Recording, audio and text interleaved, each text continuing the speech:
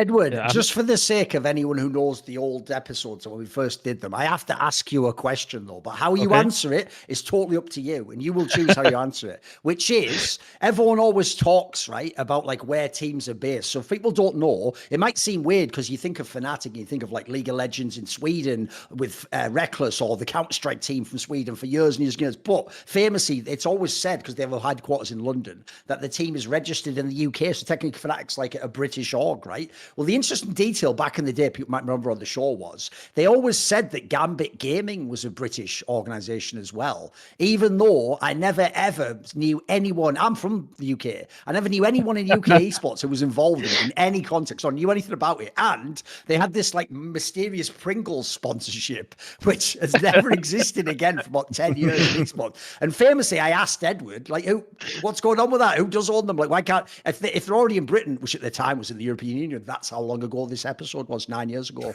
That back then, I was like, how could there be a problem with visas even? It's a British org, and Edward famously didn't want to answer. So I'll ask, you know, in the modern day, can we get any kind of hint? What was the deal with Gambit Gaming? Is there anything you can tell us? I for sure know Gambit, the organization was registered actually in UK, but there was no like a lot of not UK people working there. But Pringles think it was like complete fake back then. I knew it. There you go. I always wondered, mate. I think we were sitting at IM Hanover or something, and we're like all eating Pringles, and we're like, okay, let's do a sponsor, like put the Pringles on our t-shirts or like jerseys, whatever it is. Oh my! And then, why is this team like a fucking James Franco and like Seth Rogen make an esports team movie or something? It's ridiculous. I know, it's mental, isn't it? Did Pringles like send you a cease and desist? Like, what the fuck?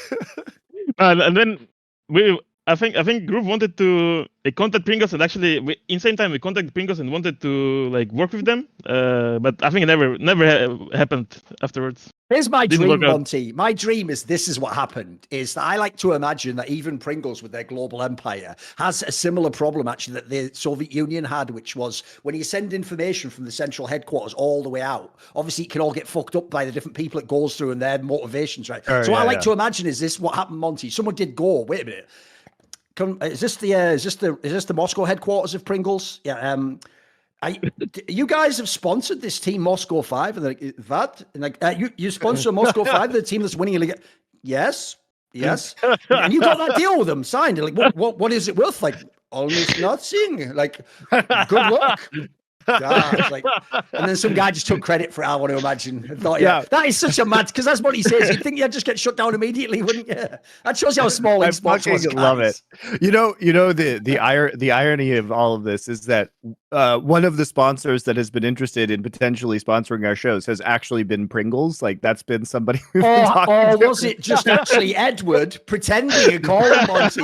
What, did the guy have a bit of a dodgy accent? That's all I'm asking. Was that real? Weird. I got connected to Pringles' Russian marketing division. I thought it was strange. There you go. It's just Darian the whole time. The prank went out of control.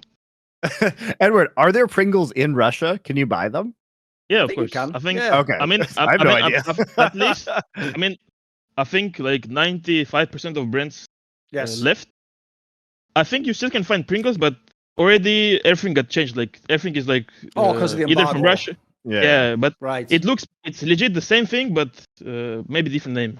As far as I know, what they do essentially is if you have the factory and all the ingredients, you just make like a knockoff version while you're not allowed to make it famously, you know. So I assume they just do that.